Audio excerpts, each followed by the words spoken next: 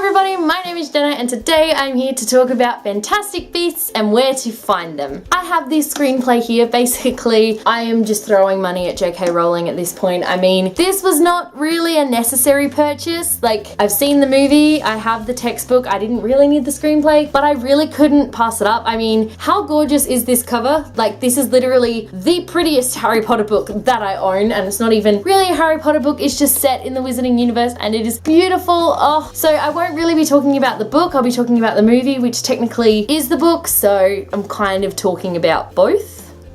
This movie review is going to be spoiler free, so if you haven't yet seen the film or read the book, then obviously you don't have fear of being spoiled in this video. Just a little bit of a recommendation though, do not read this screenplay if you haven't seen the film, because while the screenplay is really good and I'm loving reading it, you really need to have seen the film first, because then you can kind of picture what's going on in your head and it's beautiful. It's not like when you read a book and you sort of imagine it for yourself. No, reading a screenplay is very hard to do. You do need to have seen the film first. So if you are unaware, Fantastic Beasts and Where to Find Them is set in New York City in the 1920s. I believe it's set in the year 1924, and it follows Newt Scamander, who is a British wizard. He comes to New York City with a case full of magical creatures, and unfortunately some of them escape. At the same time, there is some sort of mystical creature, entity, we don't really know what, terrorizing New York City, and Percival Graves, who is personally one of my favorite characters, he is in charge of finding out what this thing is and also finding out, you know, why it's happening. It was kind of a super bad summary of the film, but honestly I think the less you know going into this film the better. So while I'm going to give you a review that sort of encompasses everything that I think is great about this film, I'm going to try not to give too much away, because I really do think that you need to sort of go into it not knowing too much about the plot. So the first thing that I do want to talk about though is the storyline, and everyone, let's just thank the Harry Potter gods. JK Rowling has come up with an incredible story here. I mean, from beginning to end, when I first saw, you know, like when it first came up and it was the Warner Brothers logo and it just so much nostalgia, so many feels, and it went into Fantastic Beasts and Where to Find Them, I just automatically knew that this was going to be the same universe that we knew and loved, but it was going to be a different story following different characters, and it was just so beautiful. One of the things that I did love most about this film though is the fact that going into it, I didn't know heaps going into it obviously, but going into it I sort of had one idea in my head of where it was all going to go, and then it kind of went in a different way, but a better way than I was expecting, so that was really exciting. I really liked that. I will be right back because it's really hot in my room, so I want to turn the air conditioner back on.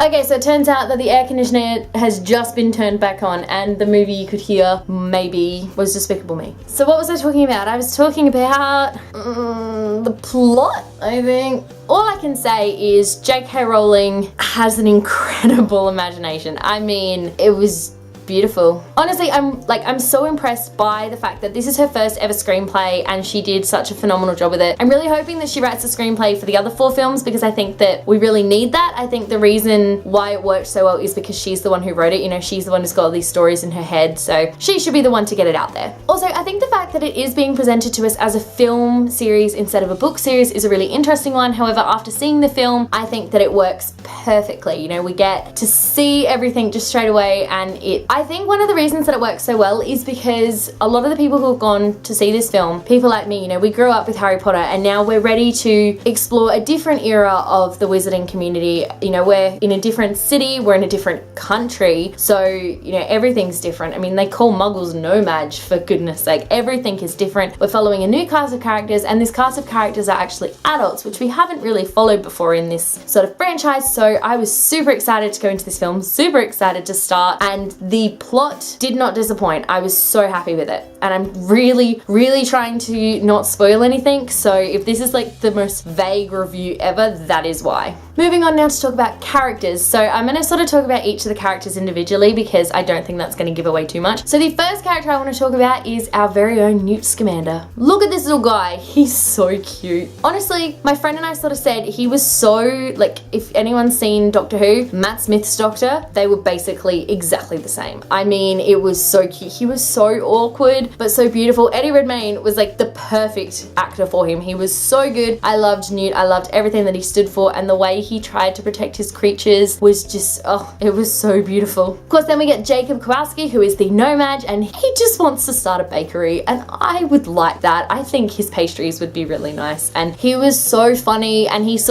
basically was all of us as muggles and no-magers. Basically, that's what we would have looked like if Harry, Ron, and Hermione had ever shown up and didn't obliviate us. That is literally what we would have looked like, so I found it hilarious to get to spend some time with Jacob. Of course, we have Tina and Queenie. They are sisters. Tina works for MACUSA, and Queenie kind of does too, and they're both so sweet, so adorable. I love them both so much. Tina is also really awkward. Queenie is just so sweet, and I just love them. And then, like I said, of course, we have Percival Graves, who is one of my favorite characters. I thought that Colin Farrell did a really good job at playing him. Something about him made me really like him. And all of you who have seen the film are probably like brains exploding right now, but I really liked him as a character. That's all I'm gonna say. So next I'm gonna talk about the second Salemers. So we had Mary Lou, Credence, Chastity, and Modesty. I don't know where J.K. Rowling came up with these names like Credence and Modesty and Chastity, but they were really cool, and they reflected the second Salemers so much. I wanted to like stab all of the second Salemers. They were so annoying. Basically, the second Salemers are people who believe in magic but hate magic and want to like kill all the witches. They don't say anything about wizards, they just want to kill witches. So I feel like, you know, wizards would be okay. Not really. Wizards would probably be dead too. And then we also had some more no-magers in the form of the Shaws. I didn't really get a lasting impression of them, but I guess they were there for plot development. And Madame Pickery, the president of MACUSA, I didn't really like her, like at all. I don't know why. There's just something about her that I really didn't like. Although I did like the fact that she was a female president in 1927. Like, that says a lot about women's roles, especially because 1924. I think I said 1927 before. Ugh, it's been a long day. Basically, that's all I think I can really say without giving too much away. I really don't want to spoil this film for anybody, and I honestly believe that the best thing you can do is you need to just go into the film not knowing hardly anything at all, know sort of who the characters are, because trust me, that will really, really help you sort of as you go on. Like, until I read the screenplay, I thought Credence's name was like Gredence, and that just was like, what is this name? And then I read the screenplay and went, oh, it's Credence. Right. So yeah, I think definitely learn the character names, sort of learn a little bit about what they're about, but apart from that, go into it almost completely blind. Also though, try and figure out what all of the magical creatures are, because while they do say all of the names in the film, I didn't know which creatures were which until I read the screenplay, which was amazing. I was reading it in line at Supernova, and one point came up where I realized what creature was which, and I went, oh, I get it now. That makes so much sense. And that is another reason why you should be throwing money at J.K. Rowling and buying that book no matter what. The creatures were really adorable though. Although this film was kind of heavy on the CGI, it actually kind of needed to be, because we needed to see all the different magical creatures, and I thought they did it really, really well. The CGI, you could tell that it was CGI, but I thought that it was done really well, and considering it's a fantasy, I mean,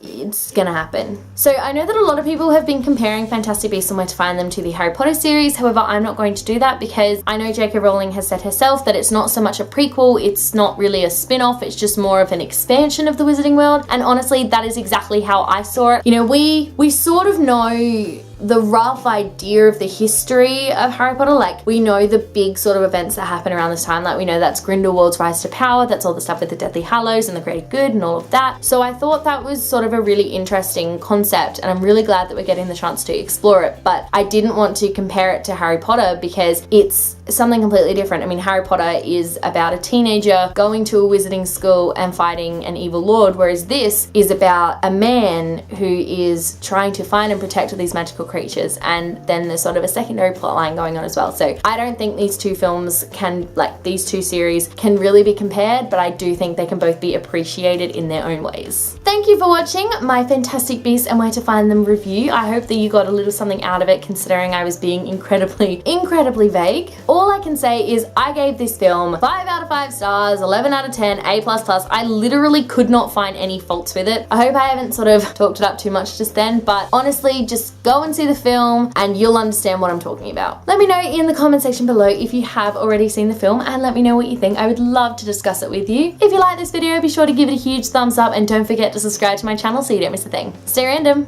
Bye.